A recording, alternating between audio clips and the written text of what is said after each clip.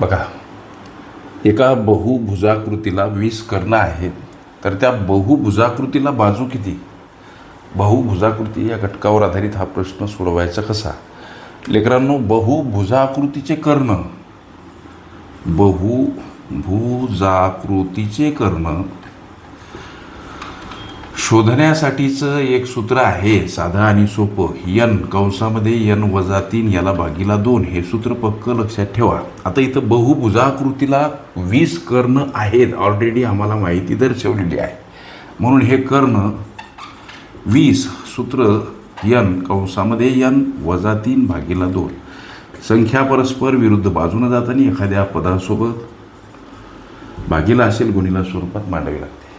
या न्यायाप्रमाणे हे 2 20 सोबत गुणिला हा गुणाकार 40, हा गुणाकार करा n कंसातील n वजा 3ला गुणिला, म्हणून n गुणिला n काय तर n वर्ग वजा 3 गुणिला n काय 3n.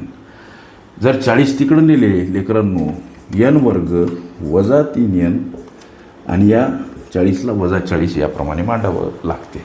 एक प्रकारचं हे आमचं वर्ग समीकरण इथं तयार होते. आता या वर्ग समीकरणाची सोडवण n वर्ग वजा 3n वजा 40 बराबर 0 हे झालं वर्ग समीकरण.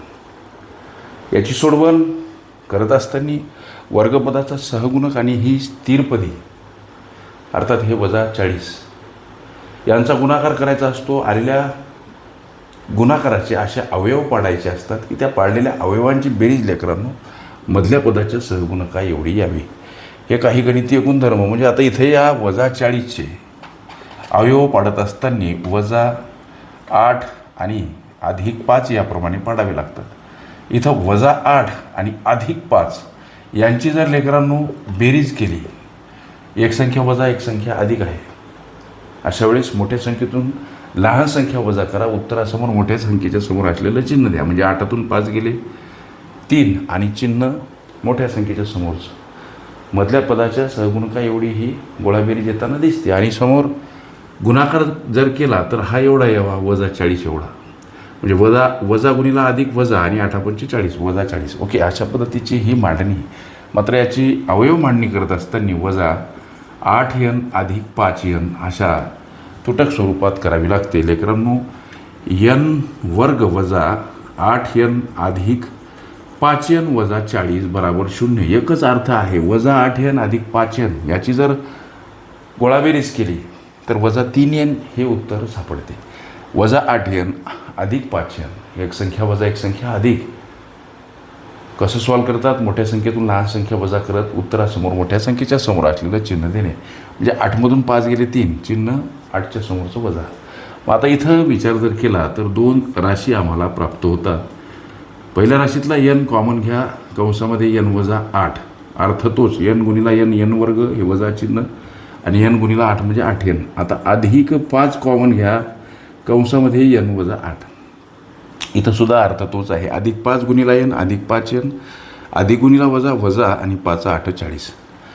आता n वजा 8 n सोबत गुणिला, n वजा 8 5 सोबत गुणिला, म्हणून n वजा 8 कॉमन करा, कंसाबाहेर येईल n अधिक 5 कंसात टाका. म्हणजे n सोबत म्हणजे n वजा 8 n सोबत गुणिला, n वजा 8 अधिक 5 सोबत गुणिला. ओके, आता लेकरांनो ह्या 2 राशी आम्हाला प्राप्त झाल्या. लक्ष द्या, याची सोडून इथंच करता येऊ शकते. आता n वजा 8 बराबर 0, n वजा 8 बराबर 0, nला एकटं करा, वजा 8 परस्पर विरुद्ध बाजूने जाताना अधिक 8 या स्वरूपात मांडावे लागतात. ही एक राशी. त्याच्यानंतर n अधिक 5 बराबर 0, n अधिक 5 बराबर 0, शून्याकडे जाताना हे 5 वजा स्वरूपात मांडावे लागतात. लेकरांनो, बाजू विचारली आम्हाला तर बाजू कधीही ऋण नसतात किंवा ऋण नसते. आता अधिक आलेलं हे जे उत्तर आहे लेकरांनो 5 हे आहे. बहुभुजाकृतीला बाजू किती?